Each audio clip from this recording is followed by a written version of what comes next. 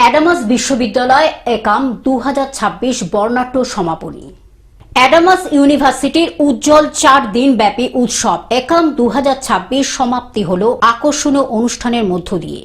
ক্রীড়া, সংস্কৃতি, সৃজনশীলতা ও সামূহিক চেতনাকে এক সূত্রে বেঁধে এই উৎসব অ্যাডামাস নলেজ সিটি বারাসাতে অনুষ্ঠিত হয়।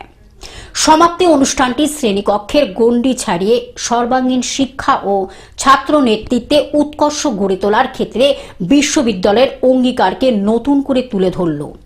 সমাপনী দিনের সূচনা হয় মেইন গেট থেকে পিছনের নতুন মাঠ পর্যন্ত এক আনুষ্ঠানিক শোভাযাত্রার মাধ্যমে।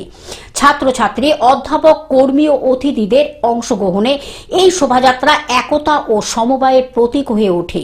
অ্যাডামাস হাওড়া ওয়ারিয়ার্সের উপস্থিতি অনুষ্ঠানে বাড়তি উদ্দীপনা যোগ করে এবং একাম 2026-এর মূল সুর, দলগত সংহতি, শৃঙ্খলা ও দৃঢ় মনোবল আরও স্পষ্টভাবে প্রতিফলিত করে। এরপর অনুষ্ঠিত হয় পুরস্কার বিতরণী অনুষ্ঠান।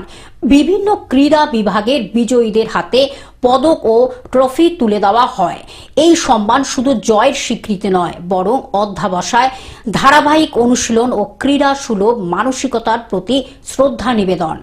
এই উপলক্ষে বিশ্ববিদ্যালয়ের চ্যান্সেলর প্রফেসর সমিত রায় বলেন, একাম অ্যাডামাস বিশ্ববিদ্যালয়ের আত্মপরিচয়ের প্রতিফলন। এখানে শিক্ষা শুধু শ্রেণীকক্ষের মধ্যে সীমাবদ্ধ নয়, সহযোগিতা, সৃজনশীলতা এবং চরিত্র গঠনের মাধ্যমে তার বিকাশ ঘটে। যেখানে প্রায় 2.5 বছর বয়স থেকে ছেলেমেয়েরা পড়াশোনা করতে পারে, তারা যেমন কিডস স্কুলে পড়তে পারে অ্যাডামাস কিডস স্কুলে, ঠিক সেই রকমভাবে পরবর্তী সময় তারা পড়তে পারে হচ্ছে অ্যাডামাস ইন্টারন্যাশনাল স্কুলে, পরবর্তী সময় তারা পড়াশোনা করতে পারে অ্যাডামাস ওয়ার্ল্ড স্কুলে এবং দেন ইউনিভার্সিটিতেও পড়তে পারে।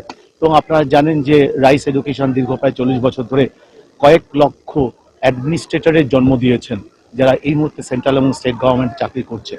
তা আমাদের লক্ষ্য হচ্ছে এই মুহূর্তে পশ্চিমবঙ্গ তো বটেই, সারা ভারতবর্ষের বিভিন্ন জায়গায় আমাদের প্রতিষ্ঠান শুরু হয়েছে কাজ করা, এবং সেই সাথে সাথে আমাদের একটা টেকনোলজি কোম্পানি এই মুহূর্তে বিদেশে তাদের অফিস রয়েছে এবং ভারতবর্ষের প্রায় 6টা-7টা অর্গানাইজেশনে কি হচ্ছে আপনার রয়েছে, অফিস রয়েছে।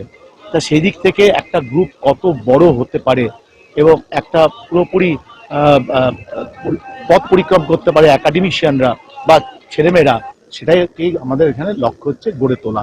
এবং আমি মনে করি যে এই ধরনের প্রতিষ্ঠান যত বেশি তৈরি হবে, তত সেই শক্তিশালী ভারতবর্ষ গড়ার আমরা স্বপ্ন দেখছি, সেখানে নিউ জেনারেশন তৈরি হতে পারবে।